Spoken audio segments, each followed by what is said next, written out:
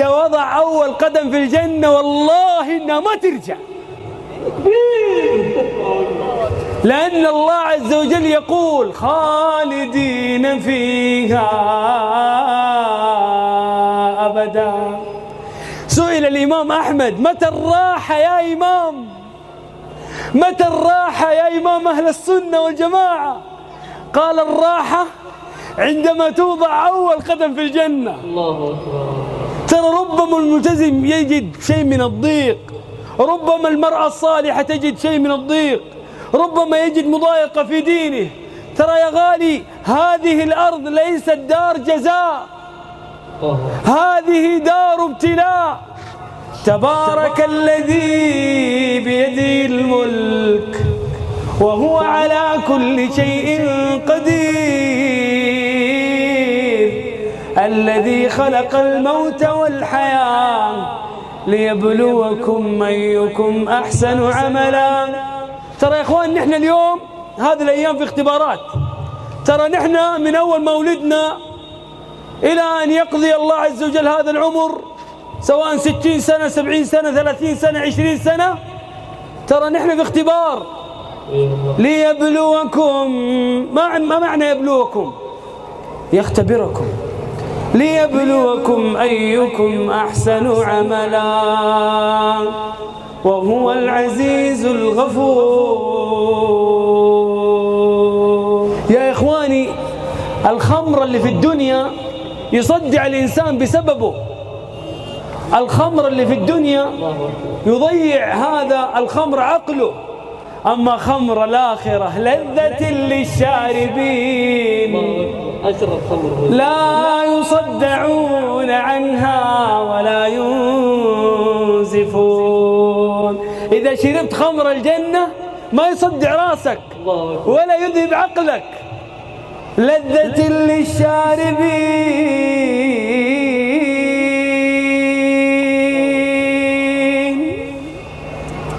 والعجيب أنه ليس نهرا واحدا، أنهار من خمر، أنهار من خمر، مو نهر واحد.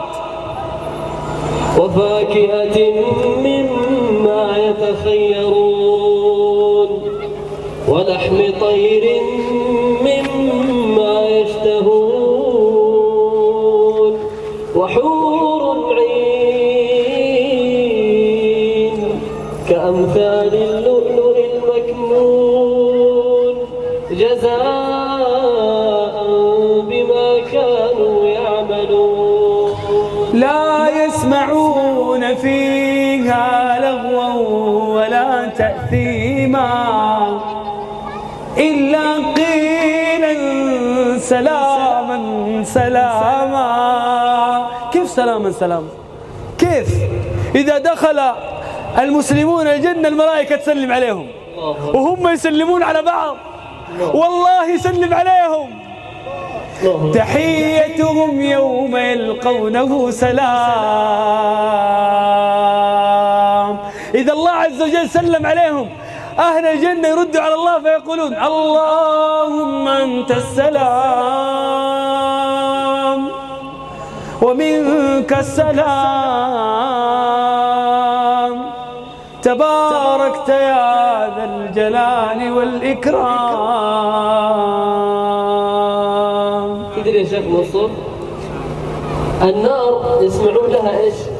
تغيظا وزفيرا، سمعوا لها شهيقا وهي تفور. هذه النار. أهل الجنة الله عز وجل يقول لا يسمعون حسيسها.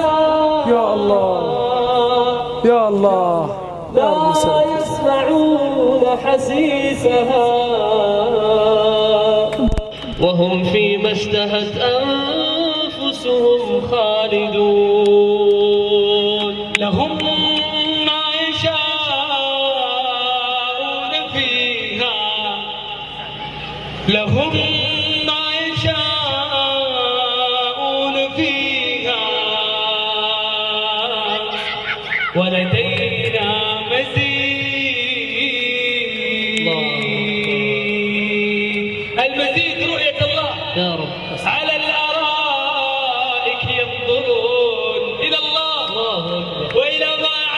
الله عز وجل لهم من القصور والأنهار والحور. فمن أجل ذلك نريد أن نكون في هذه الدنيا من الأبرار. أزيدك يا شيخ منصور. إن لك ألا تجوع فيها ولا تعرى، وأنك لا تظمأ فيها ولا تضحى. ايش الدار هذه؟ يا سلعة الرحمن لست رخيصة، والله ما رخيصة مع هذا النعيم كله، والله ما رخيصة، بل أنت غالية على الكسلان.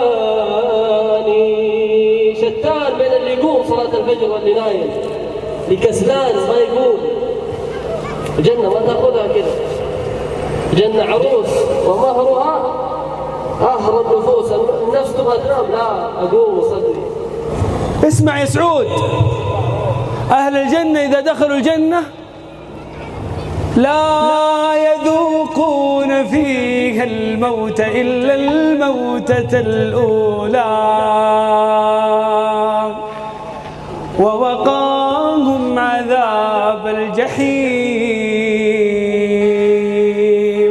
أبشركم بشرى، قولوا بشر. أهل الجنة يبتعد عنهم الكدر والنكد، لأن ربي يقول فرحين